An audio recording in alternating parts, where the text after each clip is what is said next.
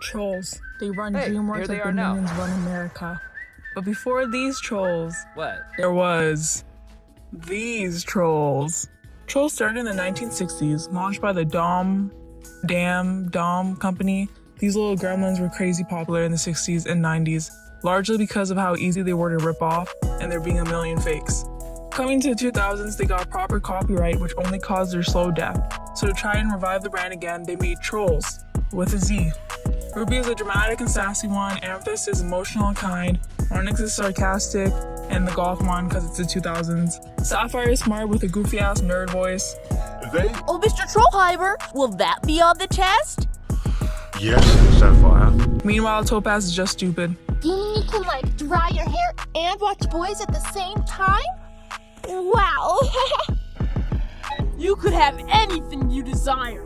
Power, riches, clear skin. Clear skin? Am I breaking out?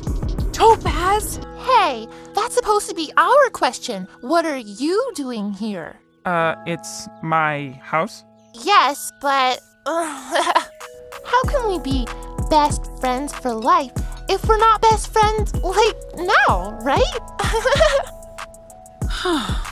Topaz, you scare me sometimes. I want to especially call out Kiarzani, who does Ruby, because she does the best 2000s Mean Girl characters, as well as Anna Van Hooft, who does Onyx. She has the constant dry and sarcastic tone that's harder to keep consistent than it seems.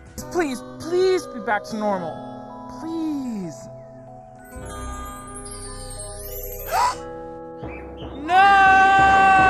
No! So, what's the show about? He has a girlfriend though, but Sapphire just doesn't care and goes on a date with him anyways. They get caught and the girlfriend breaks up with him. In another episode, Topaz is avoiding Zirconia, an ancient troll that she's bonded with and is supposed to be just like her. The reason why Topaz avoids her is because she's ugly and scary looking, and there's no way someone like that could be her ancient. So the lesson is don't judge a book by its cover, right? But literally one episode before this, we meet Zirconia for the first time, and she's literally been a tree for 3,000 years. I feel like that's a good lesson to teach, but maybe not the best subject. The overarching plot in the show is about Simon and his sidekick Snarf. They're from ancient times and are accidentally freed by the girls, resulting in them constantly coming back and attempting to take over Trollzopolis. Snarf is Simon's minion. He's a classic silly little dumb sidekick who constantly gets abused by Simon. He tricked me too. He did? Absolutely. I'm innocent. Aw, who's the baby? Who's the baby? He has like this cute little voice and he kind of looks like Pikachu, so I feel bad seeing Simon beat him in every episode. Meanwhile, Simon is a child. This day of my life was when I scored 6 unassisted goals. And I only cheated when I had to. Gimme! He's hard to take seriously as a villain because he's a kid and because we see him way too often. In like the first third of the series, they do a good job of splitting up the slice of life with Simon episodes, but for the rest, we see him get defeated and come back in every episode. You see him so often and he gets defeated so easily, it literally does not matter when he shows up. They make this worse with the fact that no one seems to notice him. In one episode, he pulls up to homecoming with a dragon, and just no one else in town asks any questions about where he came from, and by the next episode, nobody even remembers. So whatever he does doesn't even seem to have any consequences because the only ones who care are the main characters, which is so strange because the episodes are connected with events that happened in past episodes mattering. The episodes with him that are better are when he messes with the girls from the sideline, like appearing in Sapphire's necklace as a sperm and feeding her bad thoughts.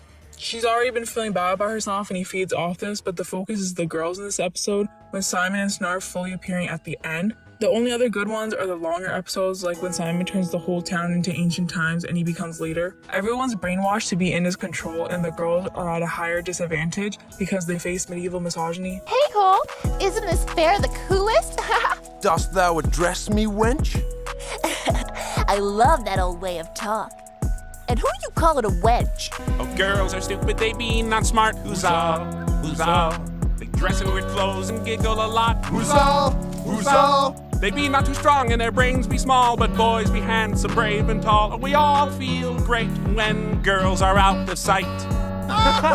Simonopolis' motto is, girls are stupid.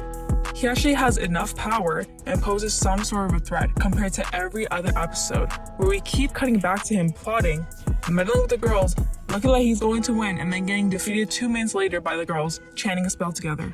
I hate to say it, but Star versus the forces of evil did this villain type better. Regardless of the plot issues, I think the girls are still entertaining. Now, the show does hammer into you that they're best friends, especially when their group name is literally BFFL and they chant that before fighting.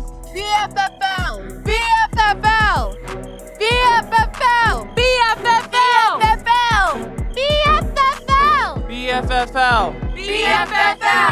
BFFL! BFFL! BFFL! BFFL! What are you doing? BFFL! This is impossible! No! Well, hi,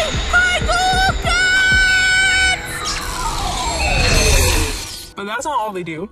They actually feel like a real friend group because they make fun of each other, and characters have specific dynamics with one another that feels genuine. Onyx is always calling out Ruby for being bratty, while Ruby's always getting annoyed at Topaz for being dumb. It's not like they act overly loving with one another and then switch up when there's a conflict. I find Ruby the most interesting out of all the girls though. She's a typical mean girl and is usually acting selfish or rude, except she's not. A character like her with such a dominant personality can easily come off as self-absorbed and mean, but they balance her personality with the other girls. So we see the girls calling out her bad attitude, and the other girls put their foots down with her too. In the Ruby Rules of Partying episode, they do a good job of showing this. Ruby reads a magazine about rules for partying that the other girls aren't into, but she convinces them to follow it. They get to the party and Ruby spends the whole night trying to follow her rules and look cool while no one else cares. Ruby confronts the others and they tell her again that her rules are stupid. All the girls then get into a fight because Narv set them up to think they've been messing with each other's things. They come close to casting a spell to end their friendship, but then they notice Simon, realize what's going on, and get rid of him. In this episode, Ruby is in the wrong and we see her character flaws of being focused on attention and one-minded, but she isn't overly controlling or villainous. We don't dislike her after this episode. Her character at this point comes off as misunderstood, but overall confident and bold, which is hard to do with a character like this in a kid's show. And you know it's hard to balance because after this, the show stops caring, and it seems like they want you to dislike her. And the new girl in town, a girl named Garnet, comes to town who's actually Simon. Ruby's focused on planning their friendship anniversary and doesn't like the girl getting in the way of it. Simon, as Garnet, becomes friends with the rest of them and tells them Ruby cheated on a test. They ask about the cheating and she gets upset that they would believe the new girl over her, and they call her out saying she's just mad because she likes being the boss. But Ruby's right. Why would they believe that girl over her? And what do they mean being the boss? Garnet isn't the boss of the girls after one day. It's not like her place is being stolen. What does that mean? Ruby says she won't be friends with them after this, and they don't believe her. They cast spells on her later at the mall that all backfired because Simon's been messing with their spell beads. Make Ruby go forwards and make her go slow.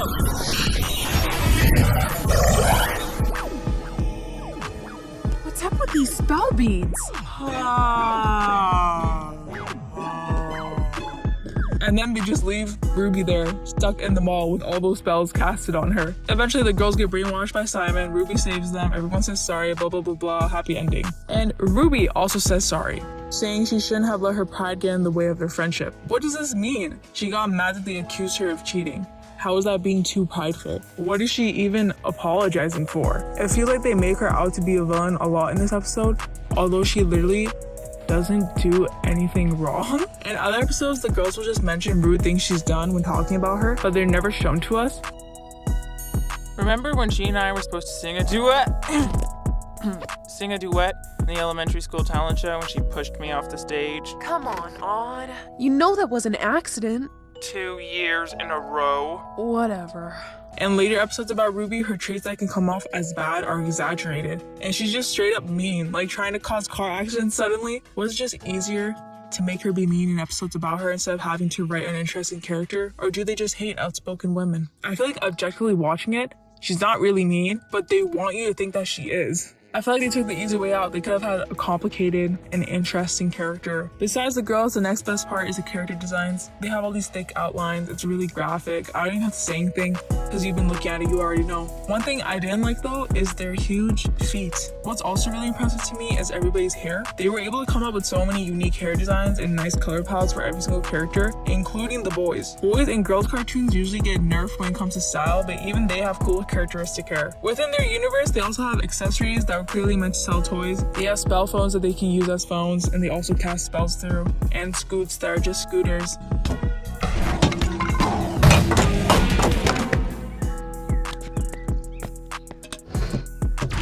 And pets with hair. I like that. There's actually a lot of cool concepts and ideas in the show that aren't always executed the best. Aside from the ancients, no one can cast spells on their own. To use their magic, they have to buy spell beads that channel their magic. But how do these beads work? Because they hold spells, they have to say something specific to make it work, while others you can just say whatever you want. So how do they manage to mess it up? Sometimes the spells will happen too literally. Walking by, Troll look pretty as a butterfly.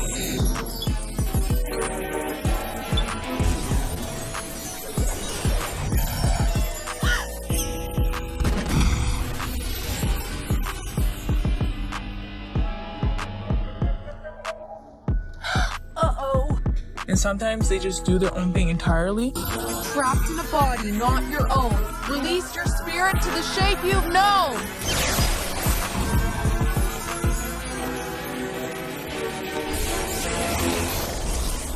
Whoa. Yes. But there's no difference in what the girl said or did. It's not like there's an issue that they didn't rhyme properly or their spell incantation didn't make sense. So why do these randomly mess up? Also, what's the morals on spells? There's no regulation on them. There's no casting spells at school rule. They can do whatever they want. So why don't they? When Onyx is getting grilled for not knowing answers to a pop quiz, Ruby casts a spell on her so she does, which is fine. But when the girls think Ruby cheated on a test, it's a problem? Also, a show with magic needs rules because the girls get into problems that shouldn't exist because they have magic. They don't want Onyx to enter into a street race because she could get injured. So why not cast a spell on her so she can't get injured? We're never given a reason why they can't do a spell, and we're also not given a reason as to why spells mess up. Why not just have an episode about the moral of spells? This show has 26 episodes. Not once did someone use a spell for something they shouldn't. An abuse of your powers episode is literally fantasy show 101. We also only get one episode where we see them training, and the only troll who gets time to bond with their ancient is Amethyst, whose ancient is literally her grandma. Aside from all that, how do Simon's powers work? He can just do spells straight up, and it seems he can do literally anything he wants. He can possess Topaz using magical goop, he can cast himself into a fridge and make someone into a dragon. But how does he keep coming back? Originally, Simon was locked up by 10 trolls, 5 ancients and 5 younger trolls, so I'm assuming the girl's magic is too weak to lock him up for good. But he literally gets 8 trolls against him, and he's just back like usual. Shouldn't that stop him a little bit more? In the beginning, it seems that the idea they had was that he's weaker by being locked up, so he can only release Snarf to do his work. But eventually, it doesn't matter, and he just keeps coming back every single time. And every single time he comes back, the girls are shocked and surprised that it's him. But in context of the show, he's literally coming back like every day. The girls also have a bunch of episodes where they can tell the ancients that he's back again and get their help, and they just don't, although they have no reason not to tell them. Aside from all those issues, I think some ideas are good and touched upon, but just a little bit underdeveloped. They actually have lore as to how they got their powers instead of it just being something that's a part of them. The trolls started to fight amongst themselves after defeating Simon, so they decided that only women could have powers, which they get by having magical amber dripped on their belly buttons, which becomes gems. When we and the characters learn about this, the guys go try to get powers by visiting the amber caves. They don't get powers, and in the end they learn that they're not less than the girls because they don't have any powers. But what if they did get magic? What's the harm in that? The characters mention that it'll mess up the balance of nature, but what is the balance? Their whole town runs on magic, even electricity, and since women are the only ones who can do it, is Trollzopolis running on a matriarchy? In that case, why do we never see female CEOs? What's the wage gap situation like here? Also, they are the trolls race, and other races exist because Simon's a gremlin, and we see ogres throughout the show. Simon's actually the only gremlin, and when we see his town, it's destroyed. So what happened to the rest? I noticed that the ogres are usually enslaved and stupid. Are those harmful stereotypes common for the race? Speaking about harmful stereotypes, imagine my shock when I first heard that Sapphire's last name was Trollzawa, the smart one having Zawa in her last name. Come to think of it, she's actually more warmer toned than the other girls. I always thought that Ruby was black or mixed, but the wiki says she's Latina, which makes sense. And I mean, the fiery, sassy character being Latina? Or Mr. Trollheimer, who I always thought was South Asian, and yup, he is. The nerdy South Asian guy is their chemistry teacher. Racial stereotypes aside, we don't learn much about the boys with a Z either. They don't appear too often with important roles until we get close to the end, but they're pretty fun. I mean, they're all just the girls but himbo versions. Also, I noticed that they use the D word, which good for them. The lives of Obsidian, Mr. Trollheimer, and Amethyst's grandmother are reasons enough! You don't want them to die, do you? They could have used a lot of episodes to say the D word more and develop these ideas, but a second season also would have done the job. Too bad they didn't get one. The show got cancelled after one season, and it ends with 3 vacation-themed episodes. These 3 are actually some of the worst episodes, and they probably just did this so they could group them together in a DVD. But because of this, the show doesn't even have like a proper ending. And the show wasn't that bad, really. I did have to watch it in 2 times speed when Simon started showing up regularly, but I did have fun ideas and designs. So why didn't it make Deke millions of dollars like they planned? I think the first to blame is bad marketing. The show was on Disney Channel, then switched to Toon Disney a couple months later, before moving to Cookie Jar's block on CBS a couple more months later. Having a show constantly switch channels like that months apart is not easy for kids to keep up with. Also, the lineup on Cookie Jar back then seemed to target younger kids. Shows like Madeline, Porcelain, and Cake. Trollz needed a more tween fan base that were too old for silly little kids' cartoons, and they needed plot in their TV now that they were mature and grown. Also, like I said before, episodes connect. So if you miss one episode, chances are high that you won't know what's happening in another episode that airs after it. And the shows that were airing on Cookie Jar were for little kids, so they would probably be way more confused and not able to like fill in what happened in whatever episode they missed. In some European countries, it aired on Nickelodeon, which is a much better network for this type of show. If it aired on Nickelodeon everywhere, then that would have been much better for them. As for the dolls, their problem is pretty easy, which is that they forgot to not make them so ugly. They have huge eyes, and their faces just look so weird. It looks like they tried to make them look like the original Troll dolls, but they didn't have to do that. Not when their competition was Bratz and Barbie. If you didn't know the show, which most kids didn't, and you saw this in the toy aisle, you would not pick it up. I found this pic while reading about the announcement for the dolls back in 2005, and it seems to be an early design of the Trolls in 3D, and it looks exactly like the dolls. My theory is that they originally planned the show to look like this, so they made the dolls based off of it. And then somewhere along the line, they changed how they wanted the show to look, but then they kept the dolls the same because they were probably already made or already prototyped. I don't know, but regardless, they were ugly and they didn't look like the show. So kids who did know the show probably didn't want them, and kids who didn't know the show were probably just scared of them. The website had over 1 million followers in less than a year of launch, so it's not like kids didn't like it. But there's not that strong of a fan community for them anymore. They don't even have a subreddit, and a revival would require DreamWorks to have to give up their Trolls licensing for us to ever see this Y2K realness again. On a good note, I think it did okay in Europe. Maybe. It was on Pop Girl, which from what I know was a pretty popular channel. It had a lot of Europe DVDs, and under every YouTube video of it, there's someone talking about watching the show in Danish as a kid. It had a rough history and no future, but I liked